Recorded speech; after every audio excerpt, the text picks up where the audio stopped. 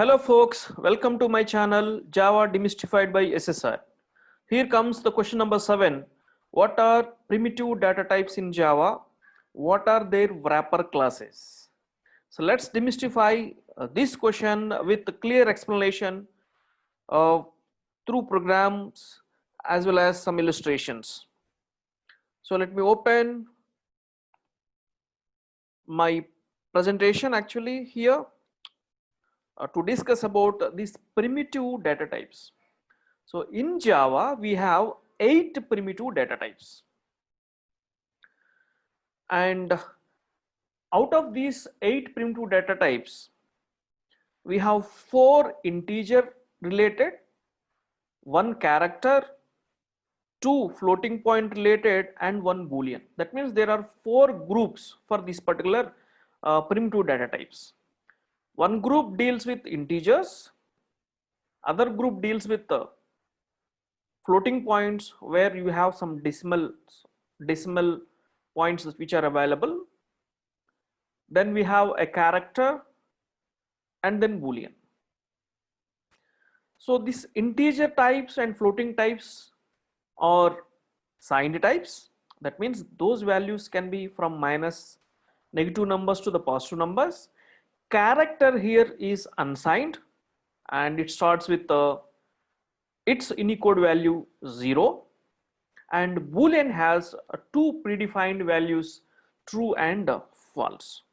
Okay, yeah, so there are 8 primitive types. Why we are saying primitive? Because in an object oriented programming, every class that is written becomes an abstract data type. So that also acts as a class, also acts as a data type.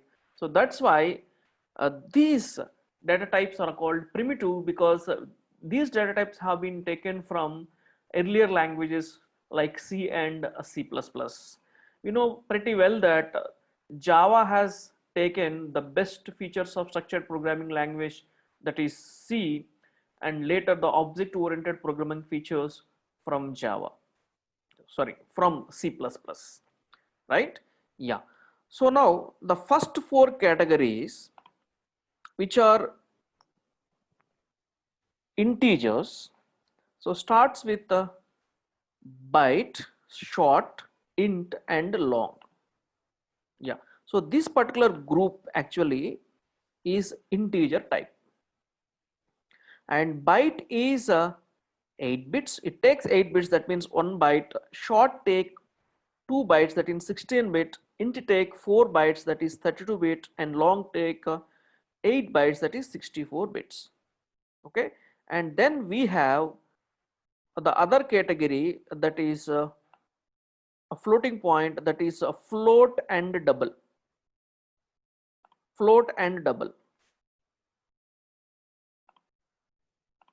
Yeah, and the float takes 4 bytes, that is 32 bit, and double take 8 bytes, that is 64. And we have separately we have a character that is represented with the char, which is unsigned. That means it starts with the minimum value, that is 0, and that is a Unicode value, and each Unicode value represents actually a character, a specific character. And we have Boolean also, which has 2 values, predefined values, true and false. So based on the number of bits each data type will occupy, we can actually find the size, right? So because integers are signed, that means they will have both negative and positive values. So they will actually start from minus 2 power 7 to plus 2 or 2 power 7 minus 1. So byte range starts from minus 128 to plus 127. So in between we will have 0, and short range will start actually from 32,768 minus 32,768 to plus 32,767.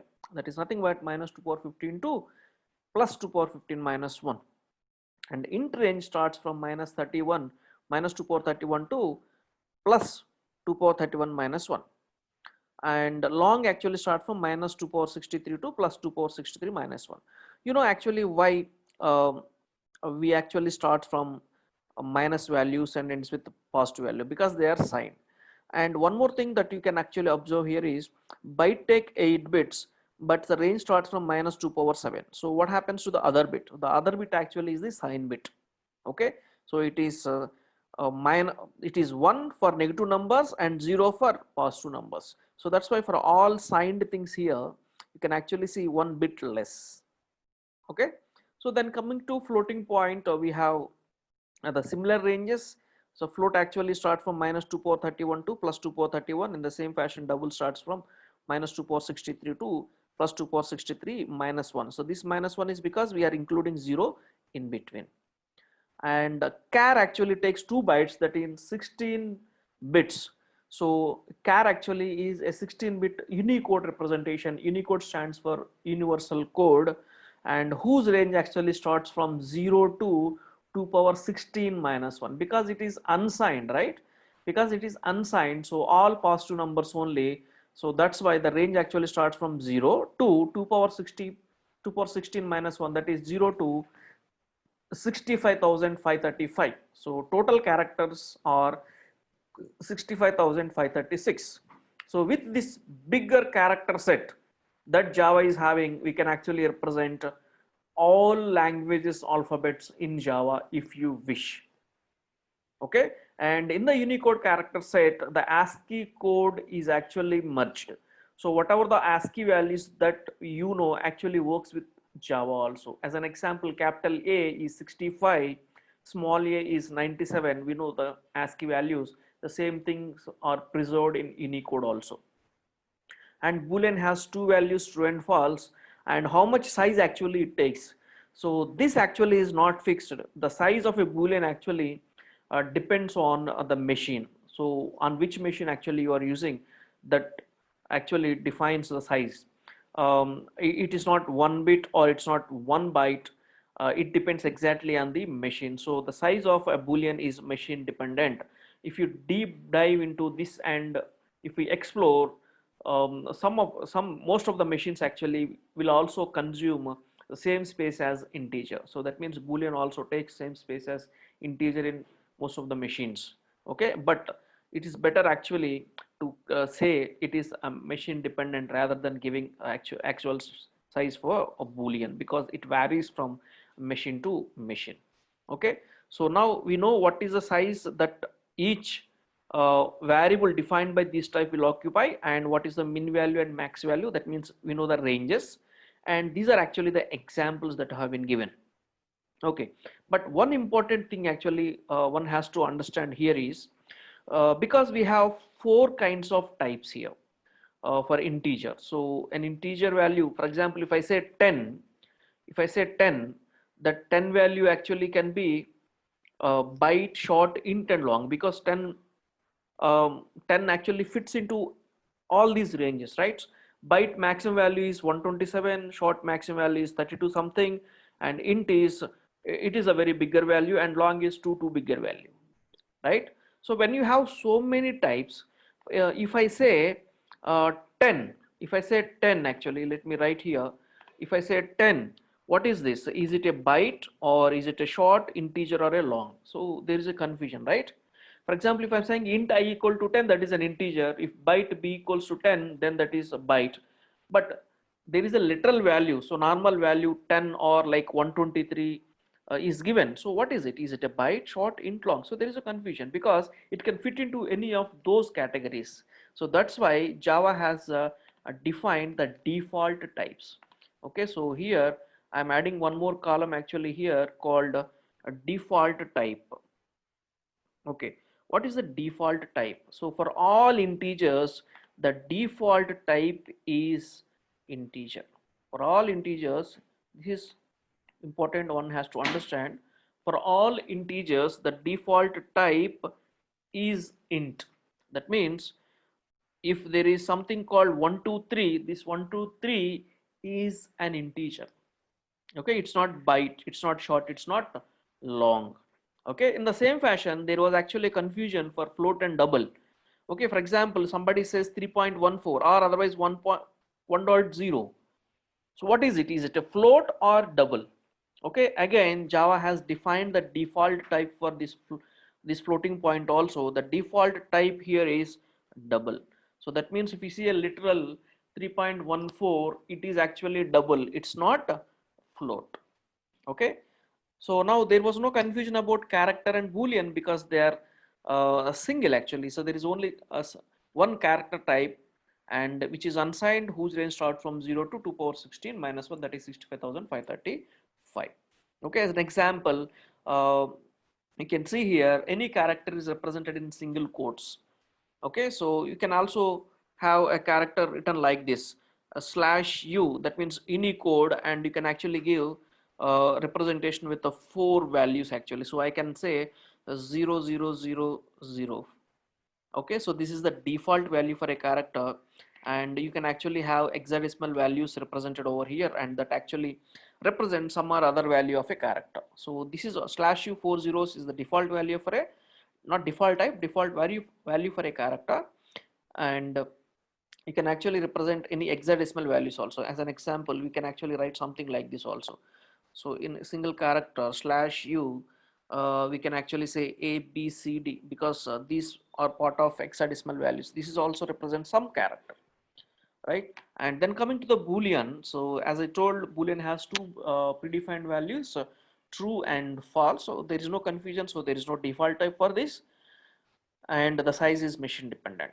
Okay, so the important point to be understood here is, for integers, because there are 4 integers, we have a default type, that is int. That means if you see a literal that is 10, that is an integer which is not byte short and long. The same fashion, if you see something called 1.0 and it is double, rather float. Okay, if at all you want to make it float, what has to be done is 1.0 f, you have to write 1.0 f over here, then actually it will become a float. So otherwise it is going to be a double value. Okay, and character is also considered to be integral. It is not integer, but it is integral because it has values from 0 to 65,535, right? So these are all integers, no? So that's why we also consider this as integral. So each number actually, so 0 to 65,535 will represent one character. As an example, 65 represent character A, 97 represent small a, and 122 represent small z, and 90 represent capital Z. Okay, so the values are integral values for character, and each integral value represent a character. Okay, so this is about the primitive data types, the 8 primitive data types. There is no confusion like C and C++. We have clearly 8 primitive data types. Both integers and floating point are signed. That means both negative and positive values. Character is unsigned. Boolean has just 2 values. Okay, so let me proceed to the next slide. Yeah, let me clear all these things before that. Yeah, so here we can also see a default values for all these data types. Default values for all these data types. So you can actually see here the default values. Yeah, so for byte the default value is 0, and here for short also default value is 0, and for integer also default value is 0. For long it is 0L. So whenever you are representing long values, we need to say 0L. Small l or capital anything is fine actually. So that means for all integer types the default value is 0. That means if you declare a value, that means you are writing like this. You are saying int a. Okay, so by default the value of a is going to be 0. Okay, if this particular value is instance value or a class value, whatever it may be, so the default value for this will be 0. Okay, if it is long, for example some long L was there, and the default value is going to be 0L. Okay, yeah, because otherwise what happens if you are not saying L, so it is assumed to be integer, right? So default type is integer, that's why we have to make it L. And then float default value is 0.0f. For the float the default value is 0.0f. You need to say f actually, otherwise it will become double. So the double default value is 0.0d. Okay, for character, as I told, slash u 4 zeros, and we finished primitive types. And sorry, for Boolean, the default value is false. Boolean is also primitive type, right? So Boolean, the default value is false. It's not true actually. And then for any reference type, or any object type, the default value is going to be null. So that means here, let me tell you, for example, here I have something like this, string yes. So what is the default value for s? Because s is of type string, right? The default value is going to be null. Okay, whenever constructor construct the object, all the instance values will be constructed to their default values. If they are primitive, they will be zeros, usually either zeros. If floating point, 0.0. If it is Boolean, that is false. If it is a reference type, and they are going to be null actually. Okay, so these are the things one has to understand. What is the name of the type, what is the size it will take in bytes and bits, and then what is the range, minimum value and maximum value, then what is the default type, and what is the default value for that particular data type. So hope you have understood. Now let's see some examples over here. Boolean result equal to true, because true is a Boolean value, that's fine. So when you are writing true, just you need to write true without single quotes or double quotes. Character capital C equal to C, character has to be represented in single quotes, byte B equal to 100, which is valid because the max value is 127. Short S equal to 10,000, that is fine. Int I equal to 1 lakh, this is also fine. And you can actually represent decimal values, hexadecimal values, binary values, and octal values also. So decimal values we are representing directly 26 like this, and if it is hexadecimal, we have to say 0x. Hexadecimal is 0x, and it actually starts from 0x, and then it starts from actually 0 to f, right? So it can be 1a, 1b, 1c, whatever it may be. And octal values actually will start with just 0. If you say 0, 1, 1, that is an octal value. 0, 1, 1, 0x means that is hexadecimal, and binary values will start with 0b. 0b binary, 0 octal, and 0x actually is hexadecimal. So for example, if you want to declare some value into decimal value 0 to 6, it is not decimal 0 to 6, it is actually octal to 6.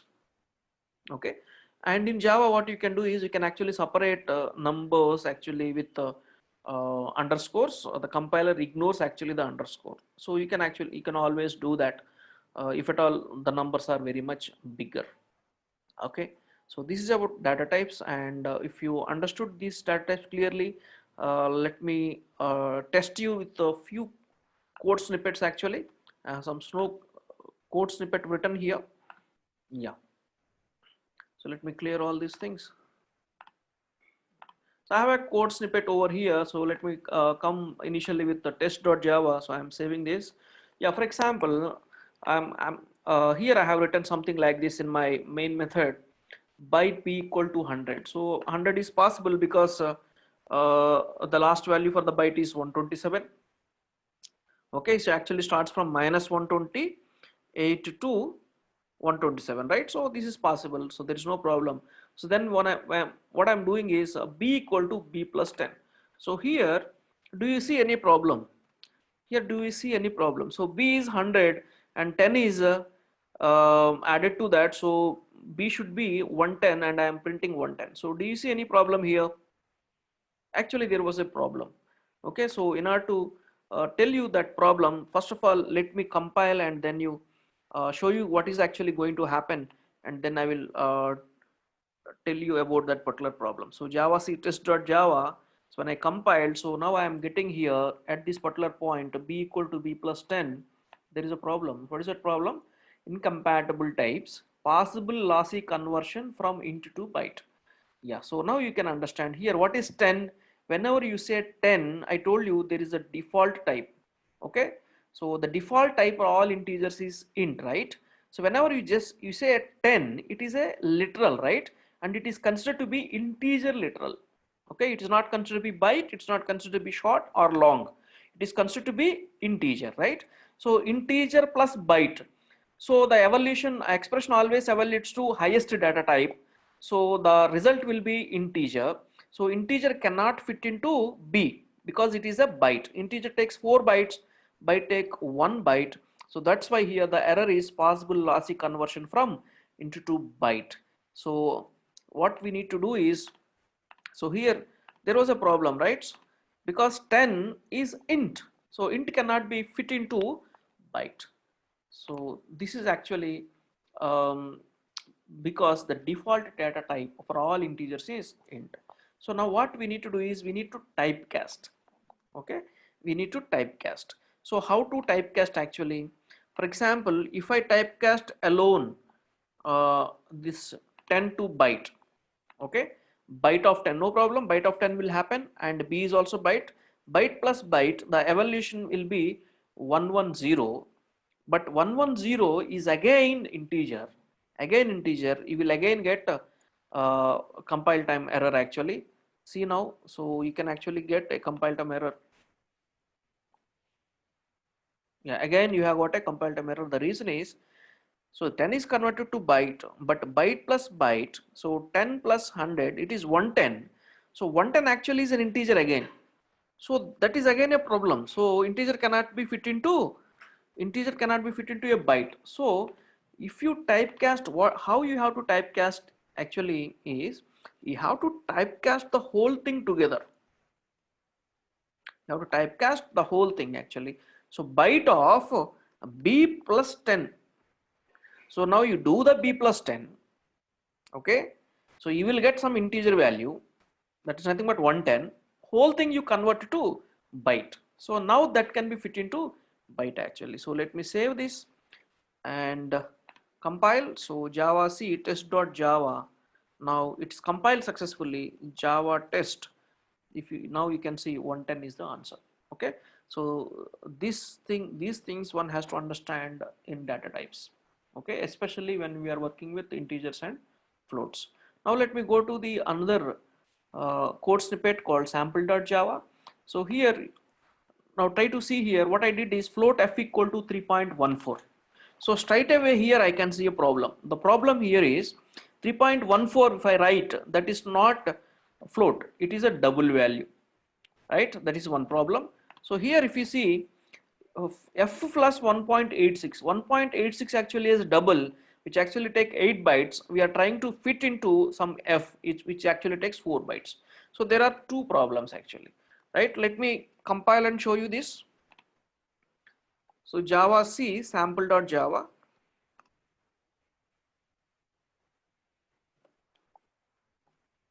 Yeah, now you can see actually when in the declaration float f equal to 3.14, there was a compile time error, says possible lossy conversion because it is double and we are trying to fit into float, that's not possible.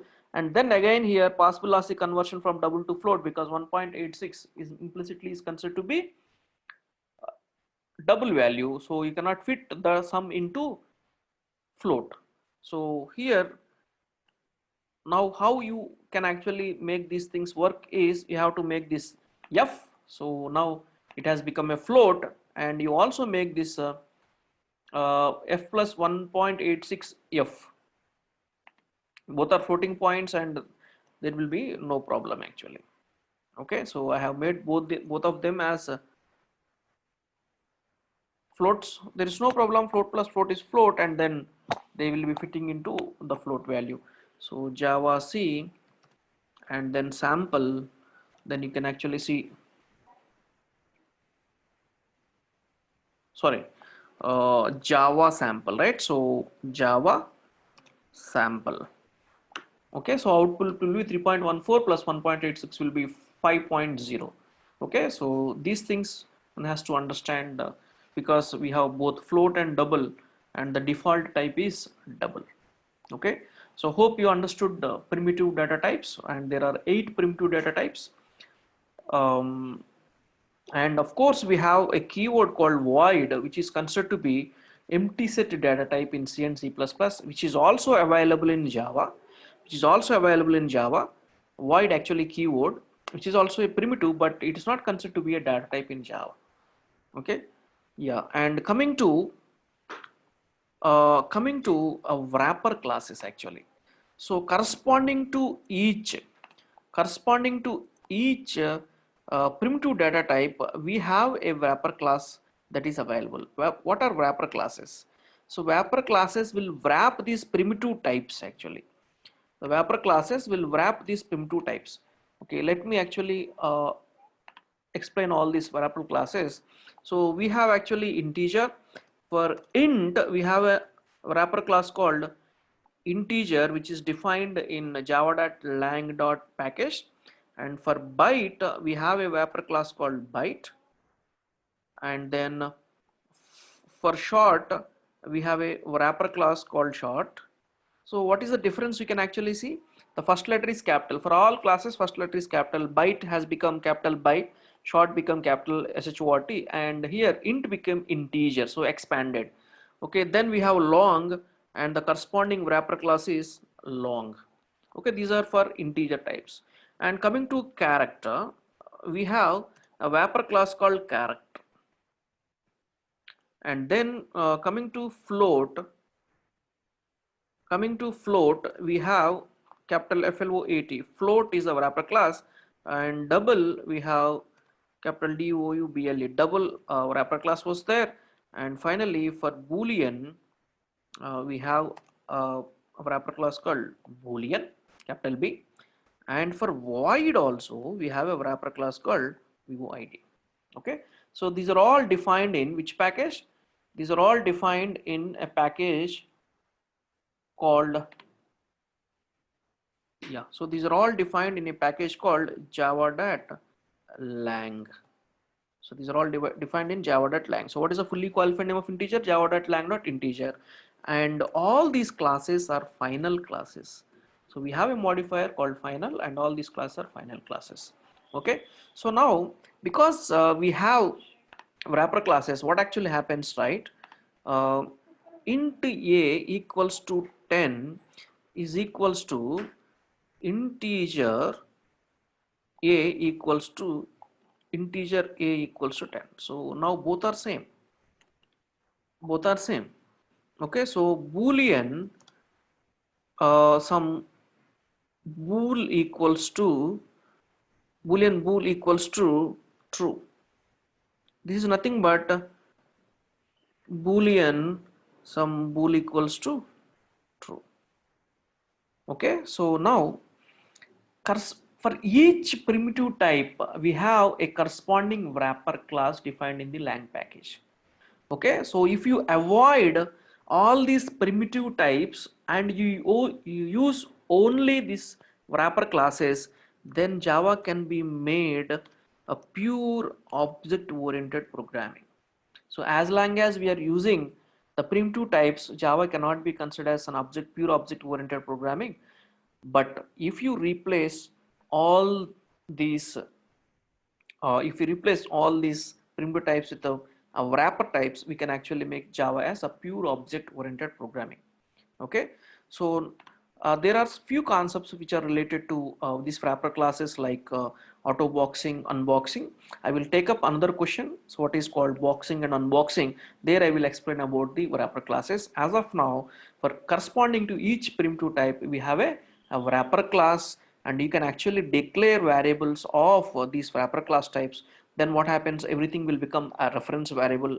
Then your object oriented programming will become a pure object oriented programming language.